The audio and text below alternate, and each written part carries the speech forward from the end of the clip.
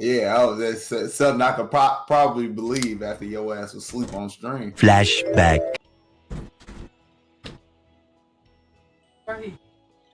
Yo.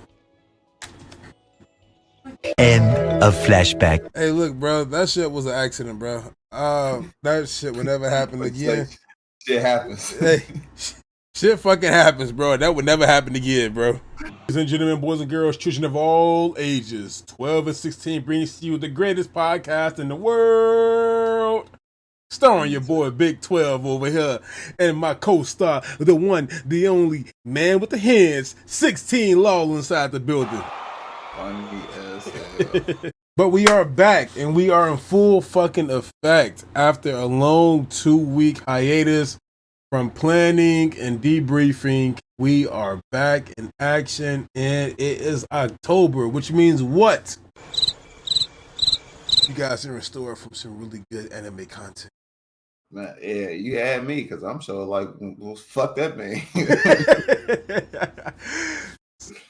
Man, October came around the corner, Law.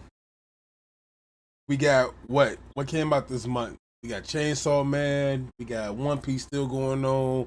We got the 1,000-Year Blood arc going strong. We got Spy X Family still, doing their thing with it. We got My Hero.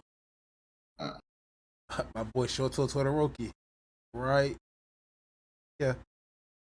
Man. And then the picture up there too, isn't it? Yep. That a picture? Yeah. The big three. You can't see Midoriya. He had him behind Killer. Man. Man. That was a good trip, man. And as you guys know, we probably don't know, but if you do follow our social media's account and our Twitter page, we do have a new IG up and running now as well, called the 1216 Podcast, or probably just 1216 Podcast.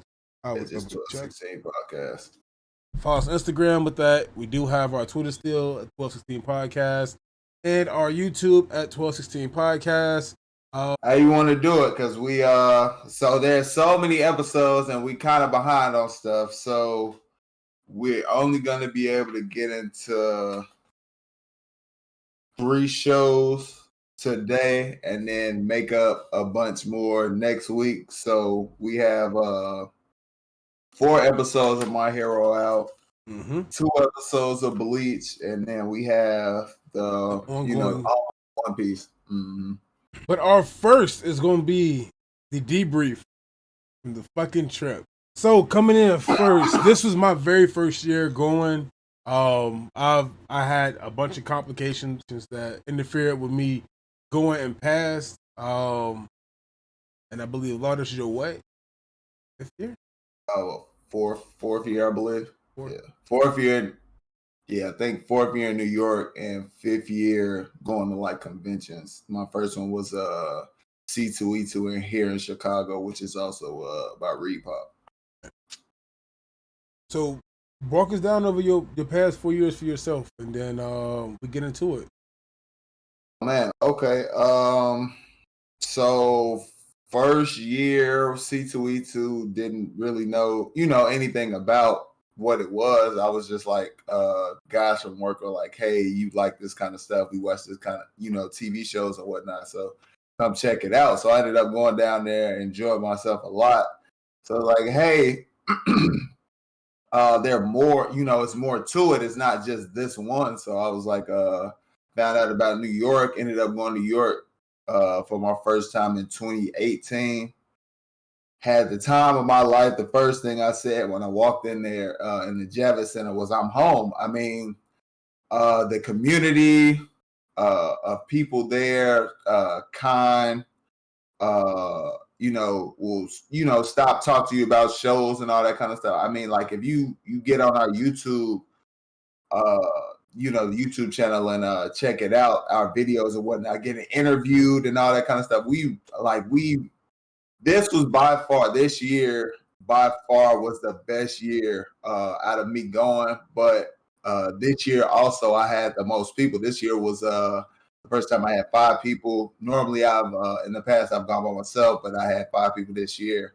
And me and 12, man, Yeah, I should have seen us down there in Times Square, man. You got to check these videos out. We got one dropping tomorrow, at some point tomorrow between like 12 and 1 for sure that you guys got to check out. We had a real for myself, I'm probably speaking for 12 as well. We had an amazing time. Like one of the best weekends, if not the best weekend I've had in my life. I'm not joking about that. That's coming from the heart, like for real. I really enjoy spending the time with my guys out there. It was I want to say it was worth the wait. I wish we could have done it earlier, but to just have that experience with all of them finally getting out there, it was it, man. I'm trying to tell you, it was it. It was legit. Yeah. And it won't be the last time. I promise y'all that. Yeah, I got them hooked now. Now they keep coming back. The two who went with me last year came back this year, and I got 2 more to go this year. So gonna keep them coming. See if we can get more and just have a big old gang of people down there out of New York. I mean, shit, we kind of did have a gang down there. If you go back and look at it. Hey, listen, y'all gotta check out the videos, man. Check out the videos. It's definitely worth watching. Oh man, for sure. I would say my biggest takeaway would just be the same exact thing. So I got down a little bit before you guys, because you guys had delays with the flights. Never flying that flight again for you guys, that airport. But when I got down there, it was like, man, my first time in New York. Let's explore. So I got to get my badge. You can see I probably hanging up here, some fucking way up there. I had to get one more badge from up there, so I walked down to the Javits Center, and man, from me just walking into the building, it was just that overwhelming sensation of being myself and being at ease, I would say, for the most part. So it's no better feeling than just walking into your own house. And that's what I felt like I did. I walked into my own house, space. Yeah. Mm-hmm. So you guys can't really see it too much, but I have like pictures and shit everywhere. You can see everything from the top of the shelf on down is what I ended up getting while I was there. Pocket's a little bit hurt, but it was worth it. Yeah, man, I'm trying to tell you. We're recovering right now. I don't know, man. It was a dream come true for the most part. Like I can't put anything past this experience. This experience is by far the best weekend I've had in my 29 years of being alive. Man, it was no better feeling than just being around family. My 4 brothers was with me, and then just getting to meet everybody and taking over the show. We kind of took over a little bit. If you guys were there, we took over an area and held it down. It didn't get popping until we got over there and started taking pictures and whatnot, bro, and dancing and whatnot. That's when everybody started coming over. We like that, bro. We draw a crowd, man. I'm trying to tell you. You got to check the video out for sure. So we're not gonna get too much into it, man. I'm finna get all sentimental and shit and start crying and shit, bro, on camera. But go check out the video. Go to our YouTube page or Instagram page and please check it out. The link is also on our Twitter page. And we're sorry we couldn't live stream. The connection just sucked ass. Like I barely had service inside there. I don't know if it was the same with Law. That's facts. It was one of those things where it's like, man, like you gotta really edit later on, record now, edit later on. You can't live stream it. No, that's facts. And the Wi-Fi didn't really do anything to help either. So that's unfortunately why that stuff didn't get out there. But we do have videos of what we've done, and there's more stuff that'll be coming soon. What we will tell you though is that you guys check out our recap video. Our recap video is already up. Go check it out. Just watching it brings you to the experience of you living it.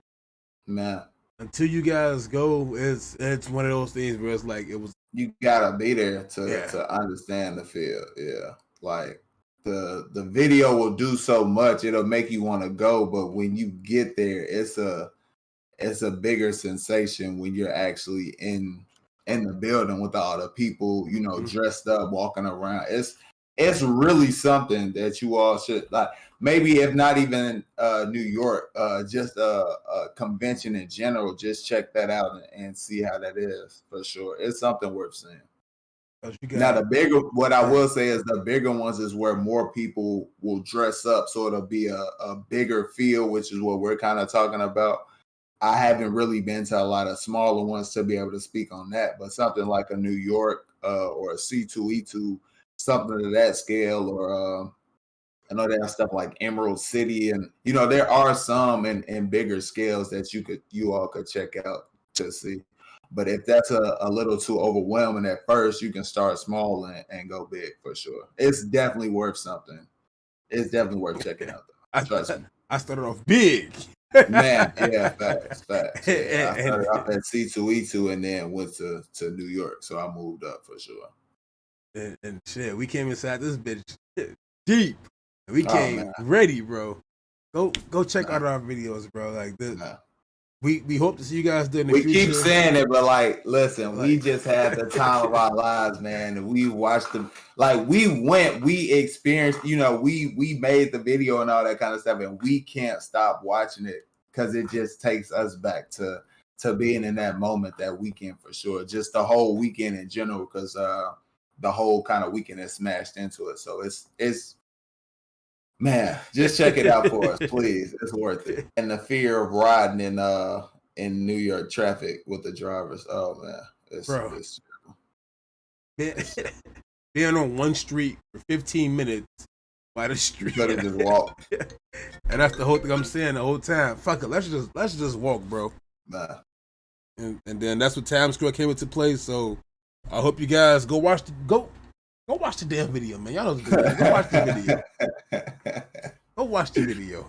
So starting off, if you guys have not watched Bleach, I suggest you guys go give it a watch. It's probably 400 so episodes. Just give it a watch. Check it out. That way you guys can be caught up in order to watch the 1,000-Year Blood arc. It comes down to it really fucking good. Yeah. No, it's the shortest of the big three. So as if watching, a big amount of shows like like a One Piece, 1,000-something episodes, if that's like too daunting, that's should get into it's a lot more manageable. For sure. So to kick it off, we have the opening scene. Man. Not even the big four in the show just yet, but just the opening scene of the Hollow Purge. Your first thoughts about the Hollow Purge? My first thoughts about the Hollow Purge is just, damn, like, is this what it's coming to? Like, we get to see, all the Hollows not just getting, killed, but extinct. I get, man. Oh yeah, man. That was something. So when I saw it, I'm basically like,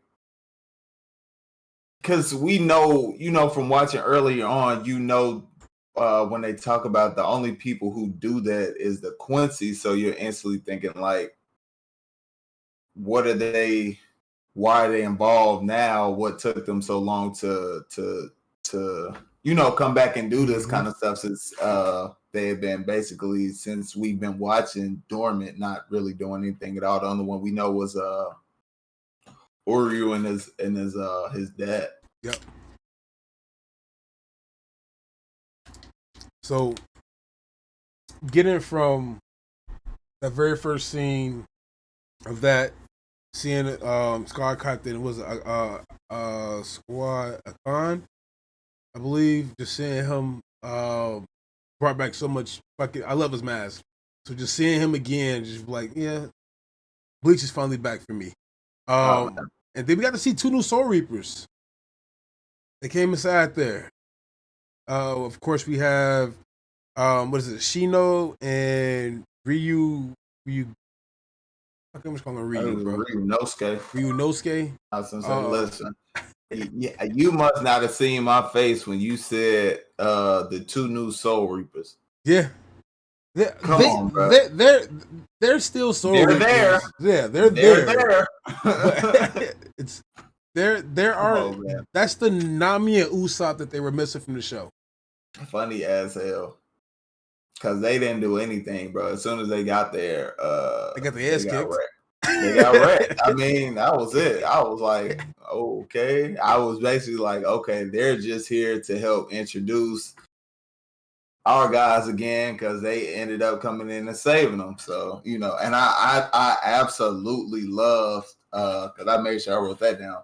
Absolutely love the introduction of them coming back again and getting to see them with the music and everybody, you know, showing off powers and whatnot. That big ass yellow slash that came through and followed by the lightning bow and arrow. It was great to see. Great to see everybody back again. I really enjoyed that. So first thoughts, seeing that slash come through, for me it took tingle. What did he say? Thrills down my back. I'm shaking, bro, because I knew for a fact who that yellow flash was, and it was that slash coming through from Ichigo's big ass sword that he got, and then just seeing my boy ODU's arrows coming through. By far, ODU is my favorite Bleach character. He always has been, and will be right next to Sosuke. Call him Sosuke, the Ice Dragon captain. For those of you who don't know, So for those of you who don't know, not Sosuke Aizen, but starts with a T, I believe, like that. I'll get back to y'all with it. You talking about Toshiro? Yes, Toshiro. Toshiro. Mm-hmm. Thank you. Yeah, Toshiro. But yeah, my top 2 favorite characters inside the damn show anyway. But Squad 13 sends out 2 little scumbags who take off in different areas, of course, running away. One goes north, one goes south. The guy, Ryunosuke, takes off, finds a mega hollow coming after him, and the spider chases him up the steps to find his partner, Chino, in a hand, bleeding, as he gets up the steps, along with 3 more hollows. Point on, it was one of those things where it's like, yo, it's time to get introduced. And that's when, just what 16 said, the best scene inside the first episode was watching Chad, Oryu, Orihime, and Ichigo come up and get reintroduced as them niggas. Man, funny as facts. After all of that, then I started talking about the guy who popped up on his bed, Eburn. Yep. So I was basically like, so when he pops up, because you know he has the mask, so I'm instantly like, is he in a rent car? How was that, whole situation gonna work out and whatnot? Because they basically weren't doing anything after Eisen had lost. They kind of like stayed to themselves. So what's going on there? And then you see him drop the Quincy little charm. Whatever you want to call it. Yeah, the emblem, that thing, medallion, whatever. Yeah, medallion, whatever. And it's just like, bro, if he has the Quincy thing, why doesn't Uryu recognize him? Why does he have the Rancor mask? How is all of this going? You know what I mean? Like, how is all of this going to play together in the long game? So that definitely got me. Yeah, that definitely got me interested. So if you had any thoughts about that. But when Eburn came up, I could just say that they came back with comedy. The comical kicked the shit out of him. Mm-hmm. So just seeing that again, that was amazing to see. Just back at it again, bringing that comical aspect of things to the show still to keep it lively. I won't get too stuck up on him. We're going to get to my boy, the captain of the 13 squads. Oh, man. Yeah, that was crazy. Just seeing the fucking head get blown off was crazy. Bro, that was crazy. Because, you've never really seen anything. I mean, we've seen violence and all that kind of stuff in the show before. That's not what I'm trying to say. But for it to be at his doorstep, I mean, literally, where he is exactly. Like, bro, we haven't seen anything like that before. So that was really, really shocking. And then I wrote it down. His right-hand man's. His right-hand man got knocked out. I think I had wrote it down for the second episode, but they tell you how many people it was that got knocked out as far as like the guards and whatnot. So you get the sheer idea of one person doing all that. So it's like, bro, what are we about to get into, man? What's really about to go on? I know it's like the what's it called, the 1,000-year blood war. But like, man, y'all are not joking, right? This is. I'm ready for it though. Don't get me wrong. I'm ready for it. They bring out all of the stops, bro. They bring out all the stops for sure.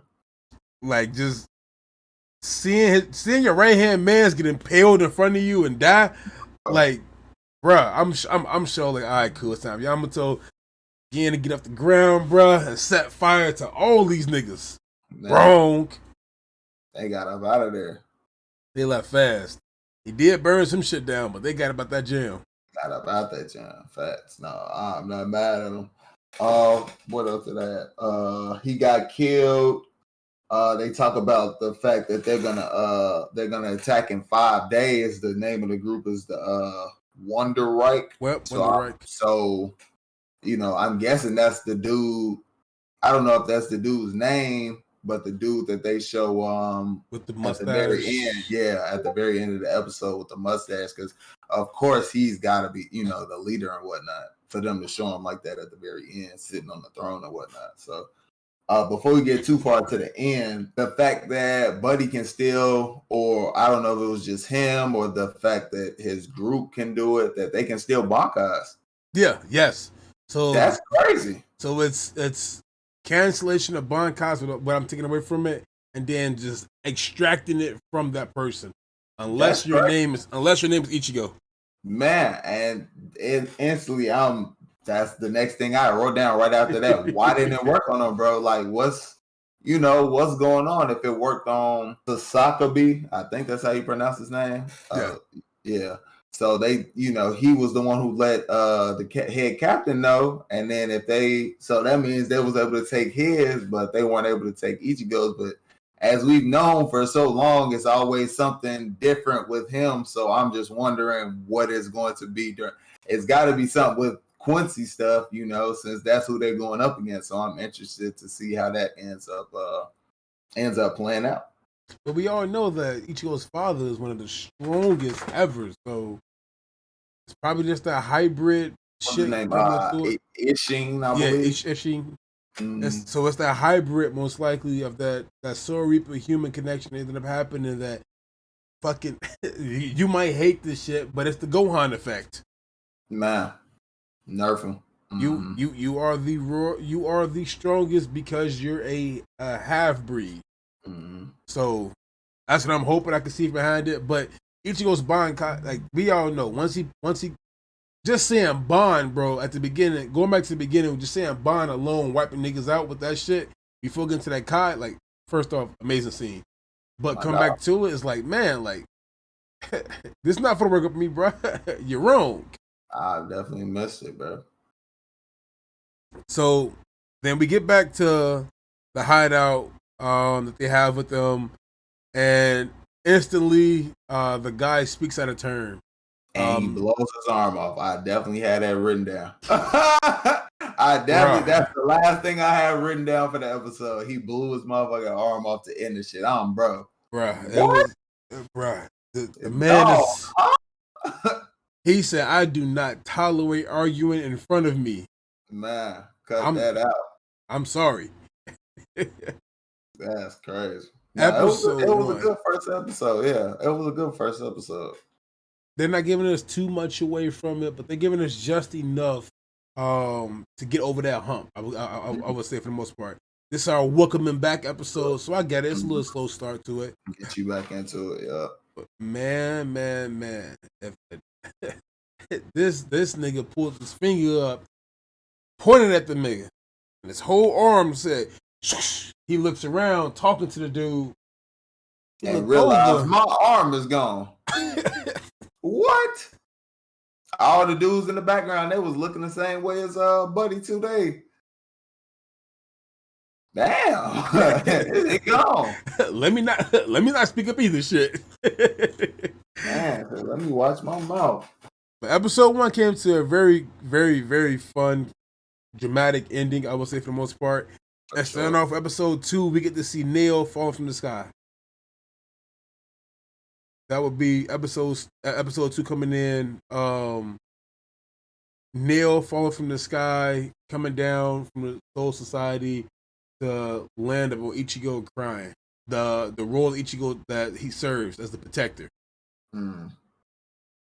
I don't know if you had some different your first takeaways from the first episode, but that's the one part right there when I was like, oh yeah, Bleach is definitely finna, it's hitting everything fast, but it's gonna be good. Nah. So seeing Nail fly down, and then the fucking I can't remember his name, the guy after him after Nail, the little girl that came down from the sky. Like Pesci or something like that. Yeah, some shit like that. Like asking for the help. We'll get into it later on, of course. But just seeing him fall from the sky, come down to it, it just, he's talking with his legs sticking out the fucking ground still, introducing himself. That was amazing for me. So the way I had started off talking about it was from basically like the opening scene, how they kind of continued on from episode 1. And how the boss was basically like how the boss was how dude was laying down, and he's basically like you can either sit up, or you can lay down and lose your legs. And I'm just like, oh man, okay, he not playing around. After we already seen him take his arm off, so we already knew he was about business. So then he goes on, he starts explaining. And then he blows his head away because he basically said something he didn't like, or how he was talking about seeing the future or what would happen in the future when he wanted to know about the present. He blew his head off. And then the other guy, he was talking and whatnot, and he, blew him up too. The guy who failed the mission. Who failed the mission against Ichigo. He was like, "You haven't done anything worthy of praise or condemnation, I guess." And he's like, he just blew him up. And I'm like, bro, what is going on? Aren't these like your people or your servants or something like that? And you find out it's like, no, they were Rancor. So I'm like, so why did Buddy get all offended when Ichigo said that? And I'm just like, so many questions. The fucking I wait to see what happens next episode because I have no idea, what all is going on. Are they transforming a Rancor to be able to use Quincy powers or something like that? But that's what they're doing, though. That's definitely what they're doing. Yeah. Okay. So my takeaway was the fucking the captain of their Rancor sitting down at the table, and the thing he's shooting at people are arrows. Mm-hmm. Like Quincy bullets, Quincy arrows are coming out and just blowing up immediately. That was my takeaway from it.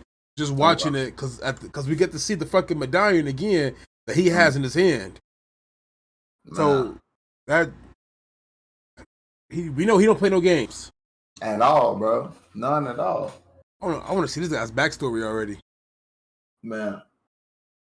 But outside of that, we come up to the big three, the three ladies that came up. I want to say the three ladies. Well, first off, starting with the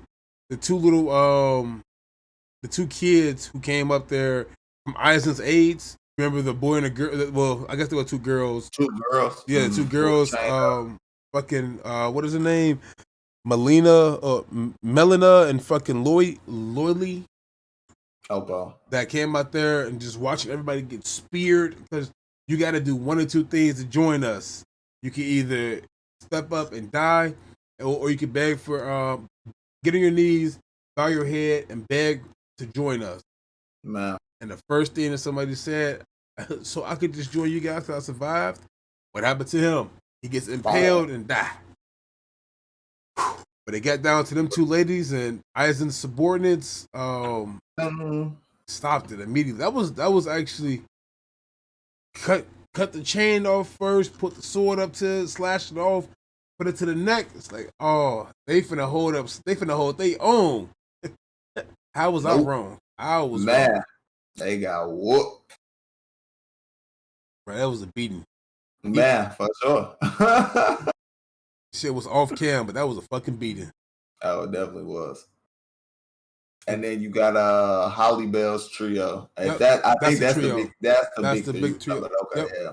Because I got that written down for sure. They came in and they did their thing. With And Sun in them. yeah, and they got wrecked too at the end. Because I was really expecting something from them. You know how they had shown them coming in, or one of them, I don't know how many it was at first when they shown all the guards getting wiped out. And then they showed all three. All three, yeah. And then they all started fighting together. And I was like, oh, man, yeah, they finna do something. And then Buddy wrecked them. And I'm just like, man, that's tough. Who was I think it was Sun that got behind him. And I'm in my head, I'm thinking like, oh yeah, it's gonna be a good ass fight. Get your ass wrecked too. One shot. Didn't do nothing, bro. And I'm just like, man, that's crazy. That's crazy. Yeah, they capture Holly Bell. Yeah, have no idea. No idea what they want. No idea what their intentions are. So basically, you know, them asking Ichigo for help. Urahara takes them. Oh, and then you know you see him taking Hollow's captive. So I guess that's what you were talking about a bit earlier. How they trying to get the stronger ones, I guess, to turn to be able to fight for him. So I'm interested to see how that ends up shaking out. Will because those are the ones who survived the attack. Right. Because you guys survived it. You guys are prisoners now. Let's see what happens. So, like, I'm wondering if the other Rancor, you know, like on Holly or the Espada, if you know the ones that are still alive, if they end up at some point like coming back, you know, and maybe teaming up with the Soul Reapers and whatnot to fight the Quincy's. I'm like that, you know, that's kind of what's formulating in my head, just because they need to, what is it? They not destroy Hollows, but you know, kind of do their whole process to keep the whole balance. Exactly, the balance or whatnot. So for them to, and then the Hollows just don't want to be exterminated, so they're gonna side with them, of course. So that's why, you know, I can see that being an alliance in the future. And you know, I forgot who all is alive, so you know, them possibly, because I'm pretty, if I'm not mistaken, I want to say Grimjow is alive, and that's Grimjow really is alive. Grimjow's alive. I'm about to say that's really who I want to see come back and fight with them. That's really what I want to see. Oh my gosh! So I'm definitely, you know, all these, you know, machinations I have going on in my head, I'm really hoping he comes back, because he was my dog. We know Ulquiorra, he's gone. I would love to see him come back too. But Grimjow, those two for sure, those are the guys I want to see come back. And Aizen's probably going to come back. I'm almost positive. If Aizen does come back, I see him siding. I definitely see him siding with the Soul Reapers. The Soul Society. Yeah, he got to. He has to. There's no point for him not to side with them. Fuck the Quincy's, except for ODU. Right, like you said. No, because that brings up another thing. Who do you think he's gonna end up siding with? That's the part right there. And for some reason, I think that this dude is the nigga with the beard is tied to ODU, in some way. Yeah. Okay. Yeah, I'm interested to see for sure. This is gonna be interesting, because they did that on purpose, not bringing him, you know, as far as story writing purposes. They didn't bring him with Ichigo and them right now on purpose, because they're finding out it's the Quincy's, and I'm guessing they're gonna end up going back at some point and talking to him, and then he's gonna have to like talk to his father and find out like who the dude is or something like that. Listen, I'm excited, man. You can see I'm forming a whole bunch of, because, you know, I haven't read it, so I'm forming a whole bunch of stuff in my head. I'm excited to see what, like, for everything. So you know, podcast watchers, I have not read the manga for anything we talk about. I'm all anime watching, so I'm with you guys. I have no idea what's gonna happen. So that's coming from a purely speculative standpoint for you all. And when I'm talking, I haven't read Bleach at all. Okay, so we're in the same page with this one. For this, for this one. That's why I specifically wanted to point that out before we move on to other topics, so you all know. It's gonna be amazing. I really want to see Grimjar come back. Oh man, This what as soon as stuff's in the fucking scene, I know it's gonna happen, bro. It's go time off back. facts. You I gotta bring can't him wait. back for a fight scene. I For can't sure. fucking wait, and it's gonna be one of those big ones too. I think it's gonna be something where he steps in to like, Ichigo's about to lose, or he's down in the fight or something like that. And he steps in. It's like, oh, my dog is back. Let's go crazy. Let's go. Grimjar steps in, helps out. Ichigo goes on a training arc. We get about 10 to 15 episodes of that, and then it comes back and ready to go. Man, I'm just hoping that it plays out for that factor. Because man, good, bro. I just want to see my Ice King go crazy, bro. I think it's a dog, bro. I want to see. I can't wait to see. I can't wait to see all the captains back out there together. Just seeing all the captains lined up for that little meeting that they had at the end of it, when they were talking over stuff, like what should we do, what's our next moves. Yeah, can't wait to see him in action. I'm really, really, really excited for this one. Facts. I'm definitely with you. I'm definitely with you on that. So we can move on now. My Hero. Gotta go back in my. And we all know what happens at the end of fucking the episode. Watching the three ladies die, and Ichigo stepping up and just watching everything, bro. Looking at it, that look on his face. But like Law said, 16, it is time to go into one of the top 5 animes of all time. Still, not all time. One of the top 5 animes, definitely though. My Hero. So do you want to go over each episode, or just do you want to do this overall haul of what we have? Man, listen. I'm gonna show y'all. For everybody who's watching on YouTube, we promise at some point we're gonna get this on Spotify so you can listen. But for those, until then, since it's only on YouTube, look at this. I have taken notes. That's a white piece of paper.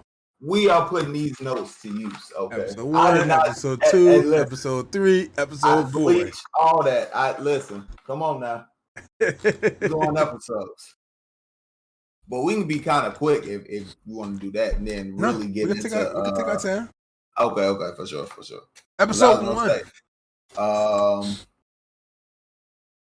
1. Okay, so we see Hawks and Twice. They've gotten pretty close from the beginning of the episode. Let me calm down because I'm getting real excited, especially with the newest episode that just came out. Oh man. My goodness! I can't wait for next week. But we're gonna start with episode 1. So episode 1. So we see Hawks and Twice. They gotten pretty close. Hawks is still undercover. Not exactly sure, from the first episode, you're not exactly sure if he's still trying to like manipulate Twice and all that kind of stuff. You just see from the clips and whatnot, it's not 100% sure if he's still trying to manipulate him and whatnot. What else? It was definitely a friendly aspect to them. This is me teaching you how to do things. What do you want to do? I'm your mentor. Come with me. Exactly. So that's why it's kind of hard to tell. Hard to tell if that's what he's really trying to do or not, because he's so. They have such a what kind of seems like a friendship between the two of them. How Twice is very trusting of him. I would definitely say it was a friendship. I would say it was a friendship, in my opinion. Matt, facts. Yeah. Mm-hmm. No, I could definitely take that away from that for sure. So they had, the real fear of Twice and his powers. And then during the conversation that they have, Twice, he let it slip to Hawks about where Shigaraki, where he's located and whatnot, which in turn helps set the seeds for what's coming in later on episodes with them. So I thought that was pretty cool for sure. I'll say you get introduced to the mini no moves. You get to see that, Yes, clip of that for the first time. You don't really get to see what they, capable of until later episodes, but you do get introduced to that in the first episode. They, get the surprise attack based off of Twice letting it slip to Hawks. So that's how they set that up. Oh, there are only 4 members from class 1A and 1B that are on the actual front lines, which I thought was pretty cool to see. It was the Mushroom Girl, the earthquake guy, Mud Man. I wrote the names in, and I thought I did. Was it Fugikage?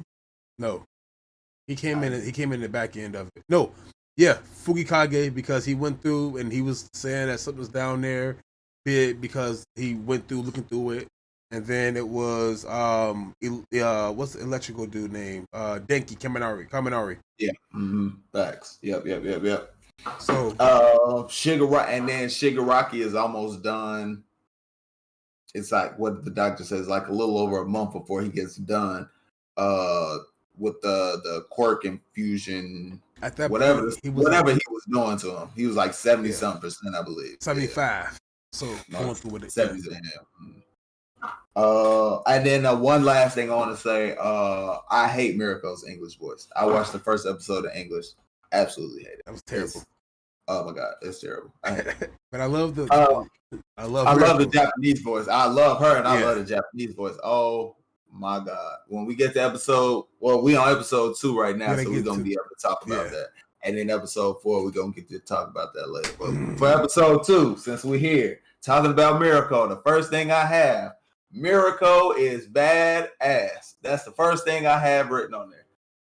When you see her busting in the door and knocking out the Nobu, knocking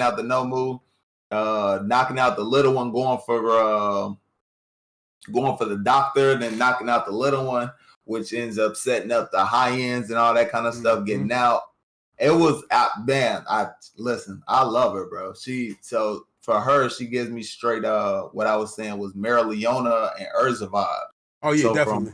Mara Leona from Black Clover and Urza from Fairy Tail. So if you all haven't watched those, or if you have, you kind of get the sense of the vibe of this character that I'm talking about. She and Yamato from One Piece. Man, listen, that's my girl. So when they bust into the hospital, you find out that the doctor was using Twice's quirk to make a double of him. So he could basically stay underground and do all that kind of stuff with Shigaraki to make sure he was I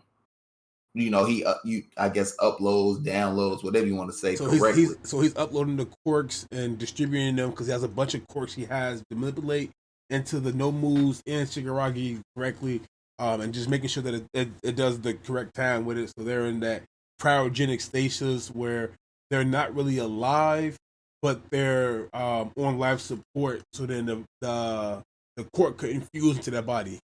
Okay, for sure, man. Listen, you heard 12 break it down for y'all. That's what's going on in the tube shit. Yeah, man, all that shit. yeah, funny as hell. Yeah, right. What else? So they were. He was so basically after the doctor. So what I had after that was the doctor was basically ready for like a counterattack. Because they thought they were just gonna be able to get the doctor flat, but that wasn't the doctor. The doctor was still underground. He was ready for anything to happen just in case. So he was ready. What I didn't like, which I'm almost positive is going to change, was that Deku and his group Bakugo really is relegated to like evacuation duty and whatnot. You know what I mean? So like I'm ready to see them get into the action, but I know we got to do all the kind of big hero stuff to kind of whittle it down and all that kind of stuff to get more involved so they can. So I'm here for a good time and a long time. Listen, these episodes so far, even episode 1, I've enjoyed. Up to episode 4, I've enjoyed every last episode, baby. Oh, same here, bro. It's done my imagination justice. Yeah, right, because he's read the stuff. He's read it. I have not. So that's why I said that earlier when we were talking about Bleach. I have not. He has going forward. He knows everything that's going on. Yeah, no, I said I have it takes 10 hours for high-end no moves to stabilize with the quirks and all that kind of stuff. The mini no moves actually do have quirks, which we do find out in the second episode, with one having twice as power to make doubles, and another one has I guess it was Kurogiri's warp. To warp them out of there. I have. So I also put down, can the Nomus learn to move on their own? Because as you see, when Mirko's fighting the doctor or trying to get to the doctor, the mini Nomu jumps and gets in her way and starts actually using the power on his own. So I was like, oh, that's kind of interesting. Will we possibly see more of that in the future? Who knows? But we don't know. Not to mention though, also when they did do that, we did kind of get like a little glimpse into what they were saying, that like the mini no moves are, because they're conscious with stuff now, like they're able to, in my eyes, they're able to open up, just not use their quirk to the fullest extent because they're woken up too early. Okay. Which is kind of what I think we're going to see. I'll talk about later on once we get to that part. I'm believing that this is what we're going to see with Shigaraki as well. Seeing as that he was woken up at 75% being done, and it takes an electrical zap in order to wake them up. So I'm glad Kaminari was not there as well, because the electrical zap is what starts the Nomu's hearts back up in order for them to start moving and come to life and stuff. I got a lot for two. They have lower mid. They're classified in the Nomus are lower, middle, upper class. And high ends. The high ends are the independent thinkers, which we really get. So we'll talk about it. I'll talk about that for sure in episode 4. Yeah, 4 for sure. When you get to see their whole intelligence and them thinking for themselves play out. That listen, man, just wait on that, because that's amazing when I talk about that. Because that was great. So their independent thinking and their personalities reflect who they were when they were previously alive. Which goes in. Oh well, we're gonna. I guess we're gonna. Actually, no, we get into that right now then, because which goes into what we've seen. Who the flashback with President Mike and Eraser, and their friend, that trio with it. Was did we talk about that in this episode? Was it episode 4? I wouldn't say when shit. Actually, they really get into it in episode 4. Yeah, so we'll get there. Then we'll get there for sure. So it takes what? You got to get materials to prepare the Nomu. The quirks take 3 months to stick. And they have what he said. They have 5 high-end Nomus in testing, and woman. I put woman in question. A question mark behind that, because why would he separate that? And I was like, is that something kind of different? What could that be? Is that something that we need to look out for? I have no idea about that. So that's something I think everybody should look out for. I'm not 100% sure what that could be. Miracle's fight in the episode. I mean, that alone, when the episode came out, I watched that just fight scene like 10 times by itself. Over and over. Listen, bro. Oh my God. That's when I texted the group chat. I texted the guys, hey, Miracle's my girl. Can't nobody else have her. Because that fight just. Miracle the Rabbit going crazy. Man, she tore it up, y'all. Yeah, listen, she tore it up in episode 2. In episode 4, shit. Facts. Listen. We're gonna get there though. So Kaminari and Tokuyami, like we said earlier, they were in the advanced guard.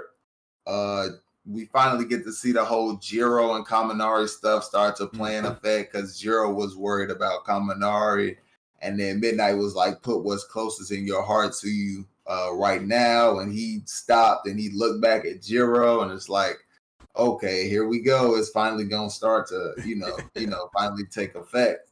Because we've all known that it was gonna happen, but probably like season 2, maybe early on in season 1, but it got to be season 2 for sure when everybody was in class together. That along with Side note, along with Red Riot and what's her name? The alien chick, Pinky. Yeah. Oh man, we know. Yeah, facts. Just watching that Young especially Love. after you get to see that backstory with them Yeah. too, so you know for sure that's gonna be something. Young Love. What else did I had? Hawks was so smooth that he tricked Skeptic.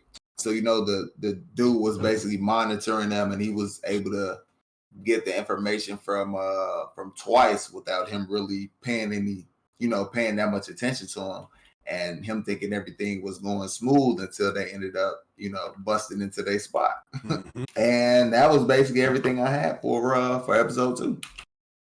In episode 3, we pick up, I believe, in the same exact spot with Twice and Hawks. Yes, for sure. All right, listen, man. That scene. We getting into some stuff now for sure. That scene was pretty crazy. Here we go. How kind of bone chilling, his stare and his stance, just like, hey, glare was. I don't want to kill you, but if I have to, I will definitely do it, bro. Like, that's the kind of feel you get from Hawks' look. I'm trying to tell y'all, it was something to see. Yeah, Hawks gives off that. For me, watching that scene is like, I care about you, bro, and I don't want to fucking do this. When it comes down to it, yeah, I'm still a hero, nigga. You gotta take this L. Give me one of my damn wings. You gotta go now. Facts. And then so basically, what else did I had the heroes basically come in and they trap the villains, sealing up all their escape routes. So that they can only come out the front door. So they had 3 different doors. They crumbled them all so they could only come out through the path that cement toss that opened up in that one building. You get shine from a bunch of different heroes. You get to see Shot go crazy. You get to see you get to see Midnight actually like doing some actual hero work instead of teaching. So I thought that was pretty cool. Kamui Woods, who we've seen as far back as season 1. They're big 3. Kamui Woods, Mount Lady, and fucking and Shot, of course. That whole little big 3, yeah. Mm-hmm. That whole little. But I was gonna say I really like just Shot stuff because he the meme pole. Hey, listen, that's cold. That's cold. I put a hole in your lung, a small hole in your lung. You'll be fine. You'll heal if you don't move, but if you do something, you will die. Open it up. Ooh, okay. It's over with. Yeah, that's my dog. And then you had you get to see Komori, the mushroom chick, and Mudman. Yep. They went crazy in the front line. Basically, Hawks finally confesses to Twice about what he was doing the whole time, and manipulating him and all that kind of stuff, which was kind of tough to see Twice's reaction to it because it's the second time he's done it. Because he did it with Overhaul and ended up killing Big Mag and I think it was Compress who lost. I believe it was Compress who lost his arm. Yeah, so he was feeling real bad about that. And then for this to be the second time that happens, it was like his psyche take much more. And it was like, man, that was tough. But it's like, hey, listen, bro, you a criminal. I mean, I did feel bad for him because he genuinely, out of the villains, kind of feels like a good person. Yeah. You know what I mean? Just kind of like screwed up circumstances and all that kind of stuff. It's just him though, not all of them. It's just him. I don't know what it is. Society pushed him away from being a hero, so he said, "Fuck it, I'm gonna be a villain." That's what I get from him. I love Twice. Twice is probably my. No, I really rock with Twice. That's my boy from the villain side. Him and it's sad to say him and Stain. Oh man, listen, we'll get into that. For sure, we'll get into that in episode 4 for sure. But it's hard not to like Stain, bro. Even from because he has the whole All Might kind of that effect, like, bro, it draws, even though it's bad guys, it draws them in. It's like, man, come on now. Going back to that scene from I think season 2 or 3, like just I'm only let one person kill me, and that's the only true hero out there. and just his essence alone felt like Conqueror's Hockey. These niggas were stuck. Man. And that said something. Even the number 2 hero at the time, number 1 hero now, but he couldn't even move. He couldn't do anything. So that said something about the fear that he emanated towards all the heroes and whatnot. That's crazy. See my boy Dobby come out. I think that's right. I was gonna say before that, I was gonna say you get to see Fat Gum, Tokiyami, and Sun Eater. So they got to go, Sun Eater didn't really go crazy. He got a little bit. Did. Yeah, he got to knock some motherfuckers out. So it was cool to see. But he got a whole kind of, I wouldn't say a whole episode, but he got focused back during that the overhaul arc. So I wasn't too upset about that. We did get to see Tokoyami go crazy though. Oh man, now I absolutely love that. Wait, before we get into that, we did get to see Sun Eater turn into a fucking Pegasus, which was amazing. Okay, that shit was dope. I'll give you that. I will give you that. That was kind of dope. I'll give you that. Nigga, you had a horse? A horse, right? Yeah, I'll give you that. What kind of horse? What part of the horse did you eat, my guy? No, I'll give you that for sure. Yeah, horse penis. That was dope. Yeah, I heard it. Now we got to see Tokoyami go crazy with the Dark Shadow, and he busted through Reed Destro because he had the busted leg, and then you see Giganto. Well, you don't really see him, but he senses Giganto Machia down there waiting for orders and whatnot from Shigaraki. So that's going, when that all comes into play, we saw what he's capable of. So I'm definitely interested to see how that's all going to, turn out. Because that's going to throw a huge wrench in their plans for sure. I just wish we got to see with Tokiyami, the dark dude from Class B, the guy who embraces the shadows. I wish I would have been able to see both of them team up inside that moment just to go. Because that would have been dope. Oh, man, because that would multiply that shit for sure. Yeah. Oh, yeah. That would be darkness would have been, fuck, that would have been dope. Man. Now I got to the part where Dobby steps in. Where Dobby steps into the fight against Hawks, and twice, because he basically says Hawks was too emotional, so he didn't even realize that he was there. He was there the whole time, which I thought was like, that was saying something. Especially going back to the fact about how we talked about it seemed like Hawks and Twice actually had a real friendship. So him actually being emotional and somebody from the outside looking in the show saying that, it was like, oh, it really does, that kind of pulls more evidence to what we were saying about that. So I thought that was pretty cool. Plus he came inside there. First thing he said was, I never trusted you. That's what I got written down. Right after that, that's exactly what I got written down next.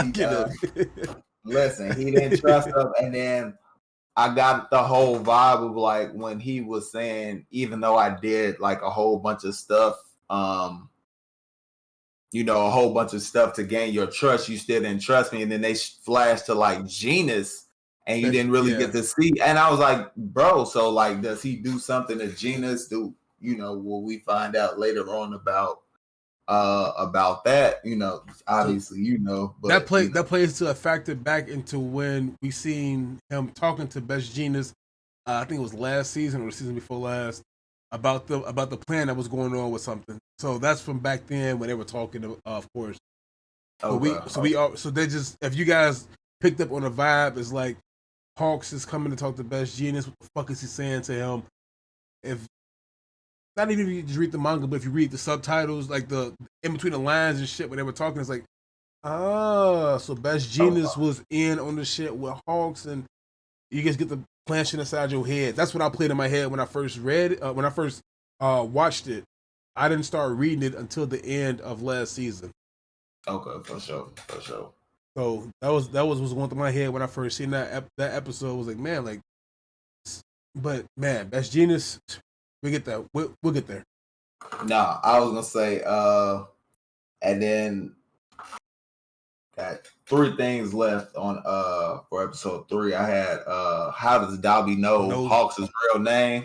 I was like, that's crazy as hell because that I can really talk more about that when we get into episode 4. Yep. But it's just like, how does he know his name? Like that's kind of crazy. And then Twice says his goodbye to Toga and Compress. I thought that was real emotional. That because I liked him, so that really got me. I'm just like, man, that's tough, especially for with him and Toga, because you could definitely see their relationship and how close they were, and how he made the fucking handkerchief that she wrapped them in, even though it was made out of mud and shit. It was the fake one. Hey, but she did it.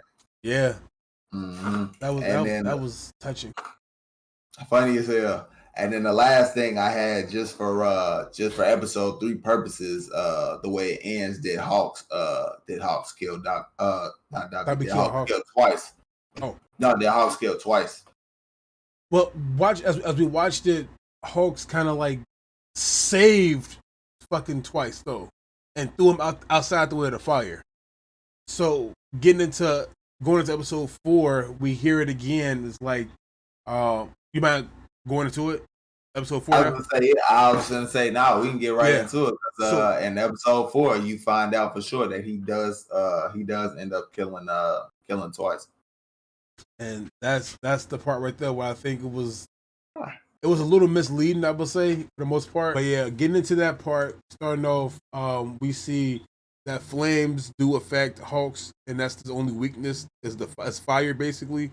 Other than that, he's the overall number 1 hero. But because flames get inside that way, that's his true weakness. And who has flames? The actual number 1 hero, Endeavor, which is also the person who saved him as a kid.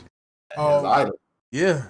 So I look at it like, did Hawks really kill Twice, or did Dobby kill Twice? Hawks killed his ass. Yeah, of course Hawks did. As he came out there, he had to end his life, of course, and do all that shit with it. But he did save him from the fire. He saved him from getting burnt up. He saved from the fire originally, yeah. In episode 3, then he killed his ass at the end of episode 3, and we don't get to see it until the beginning of episode 4. Exactly. When Dobby starts to freak out and goes crazy, and I'm just like, man, he really did kill that motherfucker. he burned it, but I mean, but it's like you got to do it. He had to do it. Twice. That's what I said. Hey, listen, you heard me. He had to do it. Twice is probably one of the most lethal villains if you control his powers the right way. So that's ridiculous. Which leads me to think, like, are they using Twice's ability as a double for the nobles anywhere, or is that we're gonna see that play out probably? So I don't know. See it happening because they definitely stored that quirk for sure. I was gonna say the next thing I had was when you get Hawks and Dobby talking. Dobby is talking about his dream, so I wanted to know like what that could possibly be. He looked up. No, I was gonna say he looked up info on the whole league, but the only person he couldn't find info on was Hawks and Shigaraki. And the fact that Hawks was in the hero program as a kid, so I'm like, with that whole him dropping his name and everything, how does he know what his name is? You know what I mean? How does he know what his name is? So then that also leads me to question, what the hell did he tell him in the episode? I was so angry when they did that, when he leaned over and talked to him and they, showed his mouth moving, and I'm just like, bro, come on, dog. How long am I gonna have to wait to really find out what's going on with this with him? Because he's like he's the biggest, I'd say the biggest mystery as far as who's on the team, because you kind of got Shigaraki's backstory and all that kind of stuff, and know where everybody else is coming from the most part. He's really the biggest, for at least from my point of view, he's the biggest mystery in as far as like his objectives and all that kind of stuff. But then he does come out and say like he's a disciple of Stain. He's following in his footsteps. So I'm looking to see. Believes inside that. Yeah, I'm looking to see how that plays out, because we all knew from Jump Street that he wasn't really on he didn't really join up with Shigaraki because of his goals. He wanted to follow his own path and whatnot, just to use that banner. It was like it, you got that from the first time they met when they was ready to throw down. You know what I mean? Yep. And then for me, this is I'm speaking post manga reading. So before pre-manga reading. So before I even start reading manga, we looking at Dabi. It's like, bro, like Dabi's backstory is a big ass mystery, but he has a tie to Endeavor. Inside my head, the first thing was this was Endeavor's child that he had to get rid of, who so-called died as a kid, because Todoroki has an older brother, and the oldest, so he has a sister, his brother, and the other brother. And we all know that the oldest brother is not inside the family or even pictures or anything like that at all. So in my head, I still think I'm thinking like, is this Endeavor's child? Which is I still don't know the fucking answer to that shit. So it's me leading to that fact of like, could this backstory of Dabi be that he knows Hawks from Hawks being saved by Endeavor, and Dabi was there because he's watching your father do his work or whatnot, and then plays inside of it and whatnot. So there's a lot of shit going through my damn head. This is again me speaking before even reading anything, and I'm still trying to figure out the fucking answers for shit. Man, nah, crazy. But that's just me connecting my own fucking dots, I guess. No, I feel it.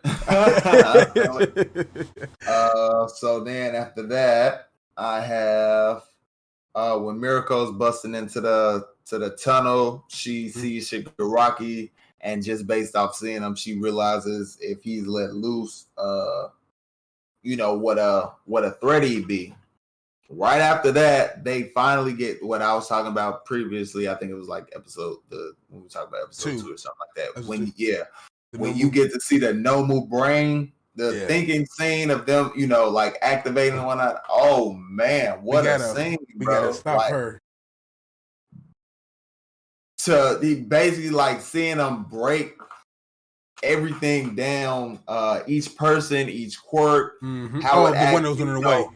Yeah. How it activates all the rules of activation, what it takes to use the quirk and all that. I'm just like, man, this is something, dog. Yeah. This is real impressive as far as like what the doctor was able to do as far as high end nobles. Oh man, they're a legit threat. She was hauling ass to get out of Eraser's line of sight. She was getting little. Man, I'm trying to tell you, and you got the number 1, number 5, and the number 6 hero there, and motherfuckers putting in work, bro, and it's hard to stop them. So they're definitely gonna be a force to be reckoned with going forward. But the good thing is, what they were saying is, he can't mass produce them because they don't have All for One anymore. Yep. So that's a good thing, at least for the heroes. That's a good thing. So I got all of the threats. Okay, so she gives the order to smash the tube, and Exless and Mike end up going in there to smash it, because she's like, if he gets out, everything is gonna change. The tide of the battle is gonna change. So they get in there. Mike yells. After she had cracked it with her foot, Mike comes in there and he yells and he breaks it. So Shigaraki falls out, and he ends up taking the doctor out of the room and whatnot. With a regular ass punch that he gave a name to. Like this, first off, you don't have to give this shit a name at all. I'm about to hit you in your fucking jaw. This is gonna happen. Right? I forgot what he named it, but he definitely gave a name to a regular. No super anything behind it, just a regular punch. Right? Bro, he didn't yell into his fist to give it extra volume or whatnot to it. All he did was have a fucking flashback of the friend that became who we believe is Kurogiri. So we believe. Yep. So we believe in. We're looking at that, and it's like, all right, cool. Now I'm gonna name this fucking punch and punch the shit out of you for all three of us, me, Eraser, and the other guy. Man. So we gotta say that was pretty amazing, and then just him as we see President Mike pick him up and just haul ass to get away from every situation. And we hear him say, "X, take care of Shigaraki as he takes off." So we won't get there yet, but we get to see fucking President Mike going down. The doctor is talking us at his ear about everything going on. Before you pass by that, I want to talk about that specifically with him talking to the doctor. So I definitely got that written down. How the doctor was the person who created the paranormal singularity theory 70 years ago, which ended up turning into the Quark's singularity doomsday theory. All for One ended up taking him in. And so basically his quirk is longer life for reduced athletic ability, which was hilarious to be a quirk. And you could tell, like, him being a doctor and all that, he didn't need it anyway. So that worked out perfectly for him. But that's hilarious to be a quirk. It worked out good. Yeah, it did. It worked out perfectly. And then All for One ended up, recruiting them kind of Shigaraki vibes when he's a lone outcast by the world. Nobody's caring for him. Nobody's taking care of him or cares about him at all. He has somebody who looks out for him, the whole godlike figure and whatnot. He described it as. He ends up working for him, gives the power to him. And All for One enhances it. And then ends up giving it to Shigaraki. And basically he's betting his future, his dream, he's betting it all on Shigaraki by giving him his power and the long life, the longer extended life quirk. Mind you, the doctor is 120 years old right now. That's crazy. that is absolutely insane. So yeah, I was gonna say All for One basically bets it on Shigaraki. You get the whole kind of Shigaraki dream sequence, kind of where you see in his mind him from the kid point with his whole family and all that kind of stuff up to where he becomes basically like who he is, and then he wakes up because what's that? And that's a jolt of fucking electricity. And that's the end of the episode, and it's just like, man, seeing his not eyes 100%, open. but shit is about to get real, bro. It's about to get real. Seeing his fucking eyes open, bro, just gave me chills like that. Like you just see the little red eyes just pop right open, and again, this is watching the animation is fucking amazing. I got to imagine this shit for so fucking long, and it's like, cool, I'm so far ahead now that it's like I get to relive this and actually watch it now. Watch it happen. Oh man, it sends chills down my fucking back watching the shit. I think I've watched the episode probably 2 or 3 times so far. I'm definitely gonna watch it again before the next one comes out because I think it was something I missed inside there. So I'm gonna go back again and watch it. You know me already, bro. I like breaking shit down too much. Down, bro. Yes, sir. I understand. I want to know what's going on. I want to know how and try and pick out the pieces on how it's gonna happen. You feel me? Come on now. Like my theory for Dobby, bro. Like that's like a hard-hearted theory right there. I'm gonna stick to that fucking theory from way back when. Mm-hmm. And then the shit that because we even got a scene back then when Dobby said something to Endeavor, and there's just it muted the sound. Mm-hmm. So it's like, bro, like this is my fucking theory. I'm sticking to this shit. So I'm 100% sure we're gonna have to probably see Todoroki in action soon. Like that, I don't think we want to see Todoroki and Dobby ever in the same place. I want to see that shit, but I don't think we want to see it because of just the sheer power that's gonna be emulated throughout the entire battlefield. I want to see it. That's just gonna be amazing. Oh boy. Listen, I want to see it. The only non-One Piece character up here.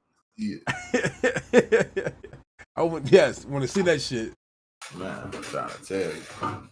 I can't wait for the big 3 to show up on the scene, bro. Oh man, listen, I'm loving it. Like I said earlier, I'm loving all the episodes. It's been great. But I'm ready to see Midoriya, Todoroki, and Bakugo do some shit, bro. I'm sorry. Like, this is the story about how Midoriya became the world's greatest hero. I want to see Midoriya and his gang. We haven't seen a nigga in 4 episodes. Nope. I mean, you've seen him, but he ain't do nothing. Yeah, a little glimpse. Yeah, he was just running.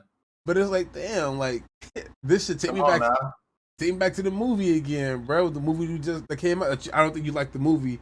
The most recent one, right? You didn't like that one, right? Oh my god. Yeah. I enjoyed the fighting scenes. Storyline. Yeah. I like the action, the storyline. I did not like it at all. Come on, little birdie. Cheep, cheep, cheep. Fuck out of here. It goes 2, 1, 3 for me. As far as movies. 2 was when Bakugo got the cork, right? Yep. Yeah, 2 and 3. Yeah, exactly. Man, to get into it. To cap it off, so this is the most recent one that we watched. I watched it right before we started filming, recording, whatever you want to call it. So I wasn't able to take notes on it. I only watched it once. So I'm going based off of pure memory of what happened in the episode. And I'm going off of manga. Yeah, right. But I'm gonna watch it after we're done with this. I'm gonna watch the episode again. Well, for the first time, I'm gonna watch it. I watched it once up here. Yeah. He visualized. Yeah, he visualized. No, but it was a pretty good episode. Not. Are we starting off with this one or the one before? Listen, let's just do this one because I don't even remember what happened last week because I didn't rewatch it. Okay. So we'll just do this week's episode. So with this week's episode, it was legit. Wait, before we get to it, last week we got to see Sanji pop on the scene. Sanji kicked the fuck out of Queen. Queen head goes propellers, flies in the air. We got to see so many people get love for Sanji again. That comes back into them for just showing up, protecting Chopper, actually doing something. And then we get to see the climactic scenes of who will come, the foreshadows at the end of the episode as well, as they went through and broke it down of who's fighting who. And we got to see Chopper really we got to see Chopper cry out what he always does. I want to say this was Chopper's Nami moment when he kind of like felt defeated at the most. And you know how one of the most epic scenes, Luffy comes and puts the head up on Nami's head on All Along Park. Would you keep your head up? I think Sanji just did that for Chopper.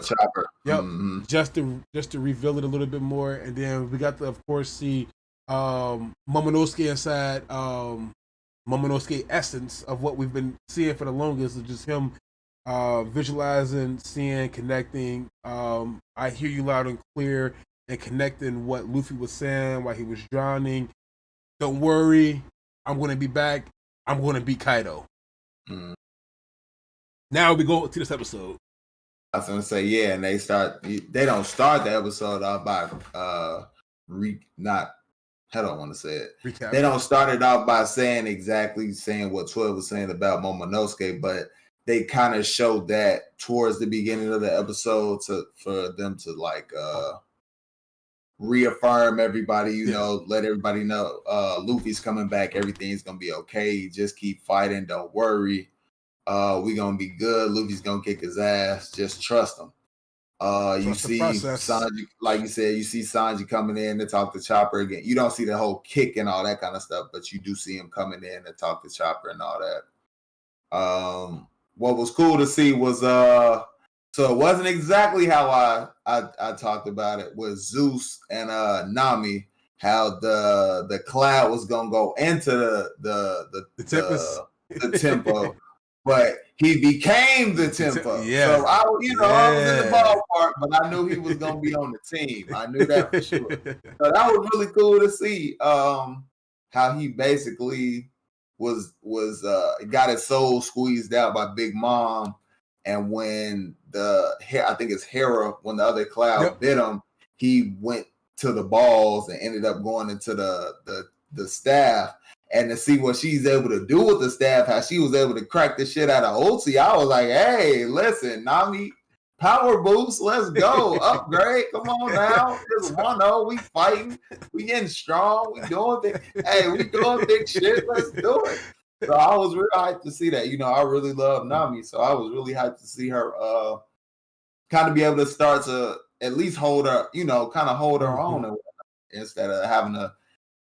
I mean, I'm cool with her not winning all the fights, but I want her to be able to hold her own until somebody else can Take come over. and help her. Yeah. Exactly. I'm cool. I'm so cool with that. And instead of her just getting beaten down and being on the ground crying and shit, listen, come on. I'm kind of. But we go back to the Alabasta arc when she actually had to have that 1-on-1. When she put the bitch through the fucking wall with the tornado. Yeah. But yeah. Usopp, you gave me this piece of shit. Spin, spin, spin, spin, spin, spin, spin. Yeah. So she definitely does get her moments for sure. But I want to say I didn't even fucking again I haven't watched it yet, but I just know from reading it, that visualization right there. Oh my fuck! I can wait. I'm watching it right as soon as we end this damn podcast. As soon as we end today, as we gonna run into it, I cannot wait to see that put into play. Man, no, it was legit. What else happened? So the Momo talking and all of that. So Kaido is still chasing Momo and Shinobu after he stabs Kinemon and basically leaves him. So we don't know if he's dead or not. I'm so hoping he's not. I don't think he is. It's hard to believe that he's not after he got stabbed the way he did. But bro, he's the leader of all of them, so he has to at least be the one who makes it to the end if nobody else does with Momo. That's just my thoughts because I haven't read it, so I don't know. That's where I'm coming from. He's my favorite. I rock with him. Yeah, thank you. Back when we meet him on Punk Hazard, Poot, and all that kind of stuff. I love him, bro. He's like that. Which is the same scene that we seen in Bleach. With the legs sticking out of the fucking instead of the dragon, it was at the ground. Talking. Yeah, he was talking. It was great. I absolutely love his character, so I'm hoping he's good. You got Kaido chasing them outside. You have Yamato still running around with the fucking fake Momonosuke. I don't see how the fuck people believe that shit at all. Yeah, bad. Listen, come on now. Yeah. So she's with that, she ends up going to this towards the end of the episode, but she ends up going to the roof and she where Luffy and Kaido and all them was fighting and whatnot, and she ends up seeing him. So I'm not exactly sure because they show him about to attack Momo and Shinobu. Well, no, I forgot about that. He's about to attack them, and she uses the right fruit, so they fall into the sea, not right after Luffy, but just the same way he does. And then you see Yamato at the top of the rocks and whatnot, looking down on Kaido, like, "Hey, I'm disassociating myself with you. I'm not your son, your daughter. I don't fuck with you." So so it's crazy because I was talking about how last week they were showing matching everybody up and they didn't match Yamato up with anybody, and I'm just like, bro, who is she gonna fight? And then we get to this episode, and it's like, oh, okay, she finna get down with Kaido. So I'm definitely looking forward to seeing what she can actually do, because I'm pretty sure they'll really let her unleash, because as we saw earlier, she had some kind of ability or something where she started radiating blue, and she got C12 knows. He hasn't seen it animated, but he knows. So she, with the teeth and the blue energy and all that radiating off her, I absolutely cannot wait. Hopefully we get it in this arc. I don't know if we do or not. But I hope we do, or we get to see some inklings of her maybe not the full-fledged of that power, but starting to use at least some of it, because I'm trying to see what the hell that is, because that shit looks like she can wreck shop, bro. So yeah, it was all in all, it was I don't think I'm missing anything. Like I said, this is the only episode I did not get a chance to take notes on, just because of when I watched it compared to when we started recording. It was 30 minutes before we started recording. Yeah, I watched the most recent episode of My Hero right before. So. Okay. Yeah. So my whole process was I watched the episode, a new episode. If it was new, I watch it new the first time for enjoyment, and then I go back the second time and I take notes and all that kind of stuff. So I only got to watch this One Piece episode for enjoyment and did not get to take notes. Next time I will be more prepared and be able to start it at 9, so that way I can watch it twice before we hop into on. it. So I believe that's everything. So it ends with everybody basically getting ready to have the one-on-ones.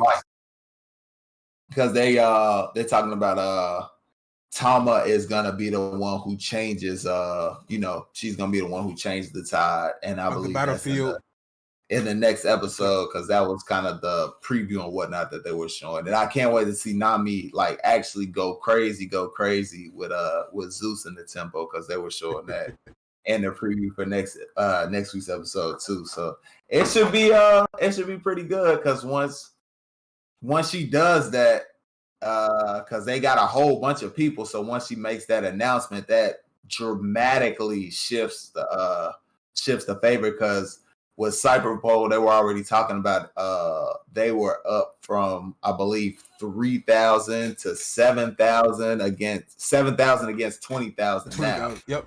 And then we all know why that is, right? Yeah, I was gonna say that people who were on Queen's floor ended up flipping because of what his bitch ass did, and then there are some who already did get flipped because of what? By Tama as well. By Tama. Mm-hmm. Because those were the ones who attacked Ulti.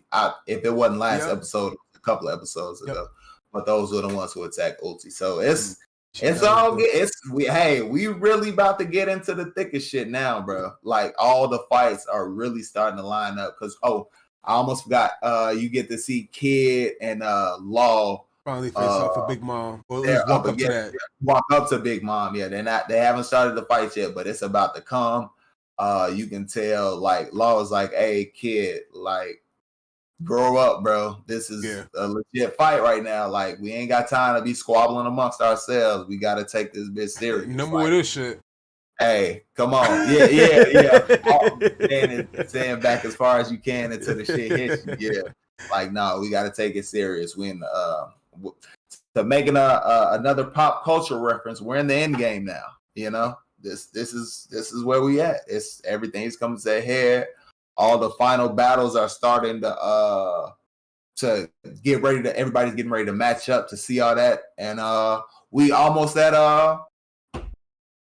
Onigashima's almost at the capital. Yep. I almost forgot to add that too. See, this is why I wanted to take notes, because I kind of go in order of what happens during the episode, so I can kind of stay on track of what happens. So that's another thing that we kind of that's kind of close to the end. We're about to land back in the flower capital. And the biggest takeaway I would say is watching Onigashima as it travels. The big ass hole that was made is gonna come into play later on. But just keep your eyes open on all the One Piece content coming out soon. Because I'm pretty sure we're going to see something happen by the end of this year. And then I'm pretty sure there's something in 12's background that we're talking about, but we won't tell you exactly what it is. You'll just have to guess. But hopefully by the end of the year, it will be here. Yeah, right. Yeah, so, it's listen. I cannot wait. And then 16 asked the question before, when we were offline, of course, of just like how will Luffy get back up from this now? He dropped into the sea. What's gonna happen? Oh, I forgot about that too. See, this is why I take notes. I'm glad you said that. We also see at the very end of the episode how Luffy falls onto Law's, which I kind of figured was gonna happen. The submarine, only because this Law's submarine, only because they were trying to get to Onigashima, get there before it took off into the air, and they weren't able to, so they were still in the sea, and they were kind of following along with what was going, following them along in the air by sea. So I kind of figured that they were going to be the ones to get them. At one point, this is funny. Hey, listen, this is funny. At one point, I thought it was going to be the octopus from when they came into. Yo! Yeah, I thought it was gonna be the octopus to save them. I'm not gonna lie to you at one point, but I kind of figured it was gonna be the submarine that ended up saving them. Oh man, most definitely. Now, what I'm wondering is, are they gonna end up saving Momo too, or would somebody else end up saving them because they did fall as well? And but Momo maybe they do end up getting them just because him and Luffy are connected. And also, remember, it's still traveling. So forward, Onigashima is going forward along with the submarine. So and they right behind it. Mm-hmm. On the same time. It's all coming into play now. Like 16 is catching up. He's making his fucking his connections. Hey, listen, come on now. I'm not gonna say whether this right or wrong, but we got our buddy. I watch the show to pay attention to it. Yeah. I enjoy it too, but I'm trying to pay attention to everything that's going on because it's so much bigger than individual episodes and whatnot. You know what I mean? It's a huge.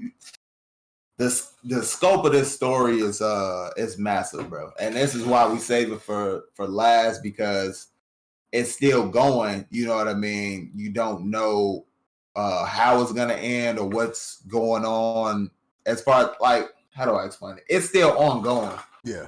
My Hero, we know that's gonna have a conclusion at some points. I believe they said some point soon in the next couple of years. Mm-hmm.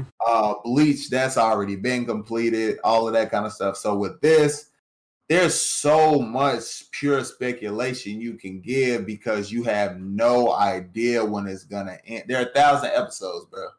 You have no clue when it's gonna end. So you can continually speculate.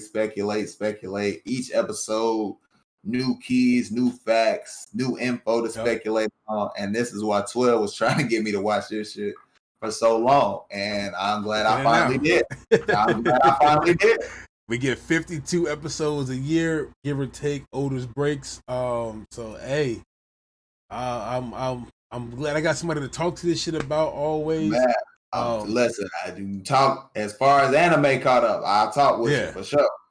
Anything else, man? Just this is why again I say earlier in the episode early in this episode that we have is New York Comic Con, fucking amazing. I get to talk to so many people about the manga. I have nobody to talk to about the manga with, so making those connections with it. I had them. They were sitting, so 16 and the crew were all off to the side. And I was talking about the stuff. Man, make sure we didn't hear that shit. Yep, it was. Bro, I could have went on and on forever with it. It's so many connections coming up soon. It's an experience. And I just can't wait. I can't wait for this shit to happen. Man. Bro, we get to see all the fight scenes coming out right now. We've seen at the end of the episode, if you guys watched it, of the episodes that have it, last episode, of course, when I was at 16 Crib. We were looking at it, and I was like, look, go through real quick, watch the flashes. We can go through. So we know for a fact we have Sanji going up against Queen.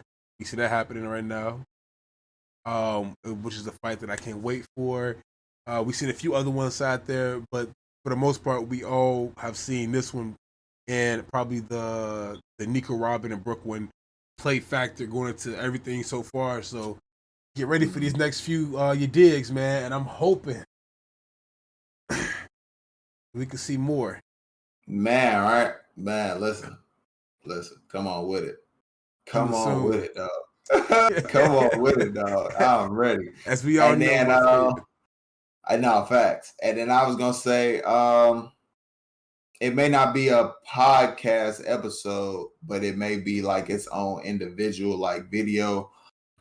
Whenever we go see One Piece Red, yep, we're gonna do our a breakdown and talk about that shit for sure. Cause I can't wait for that shit. And trust me, you guys all know I like to sing, so we're gonna get into it a little bit. Once it comes out, I'm downloading that soundtrack and it's up from there. I am there because they was definitely playing one song on repeat on that Comic-Con floor. Oh, for sure. Man, I got a video of somebody dancing to this shit for she was killing it though. Looking like the old lady from fucking from Hunter x Hunter. What's the one? The one that had the pink dress on. She was an old lady, but turned to a little kid. I can't think of her fucking name right now, but that's like who she looked like to me. Funny as hell. So go check out the YouTube page. We telling you guys this for a reason because a lot of shit that we won't talk about can't talk about up on here. So go watch our videos, like, comment, share, sub if you guys want to. We're only going up from here. There's no way that we can lose anything. We can only keep increasing. Plus, your boy getting good with these edits now. Oh no, for sure. Better. Hey, listen, improving. More and more you do that shit, because them that most recent one I can't. Even though it's a TikTok, I wish it was longer, but I can't stop watching that shit, bro. When we was dancing. Oh yeah. Man. Oh yeah. Listen, that's like one of my favorite ones, if not my favorite one so far, for sure. Go check the shit out, man. Man, listen, we trying to listen. We realize New York got us inspired, like, for sure. Like, we were really working. We were working beforehand, like trying to get prepared before we went down there to kind of, mingle, talk, experience, get a feel for how we should kind of do stuff. We came back inspired, bro. We are really trying to work on dropping content and all that kind of stuff for y'all. We are really trying to be committed to the thing. We are.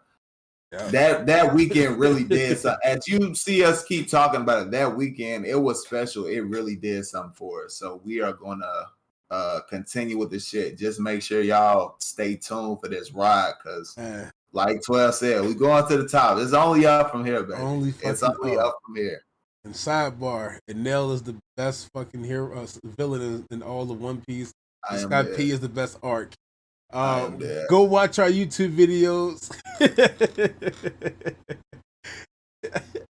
Fucking love Scott P, bro. Oh man, other than this, you know where to catch us, man. It's same time every week, unless something comes up. But for sure. 1216 podcast, man. We moving and grooving to the end of the year and beyond. So what we do, man, we appreciate y'all for tuning in this week to another episode. We are back on the grind. Make sure you check us out on YouTube, the 1216 Podcast, Twitter, 1216 Podcast, IG, 1216 Podcast. Our links to our individual YouTubes are on our YouTube channels. If y'all want to check those out, hey, check us out on there as well. Twitches are also on there as well in the description. So we on everything, man. Just make sure y'all check us out, and we will see y'all in the next one.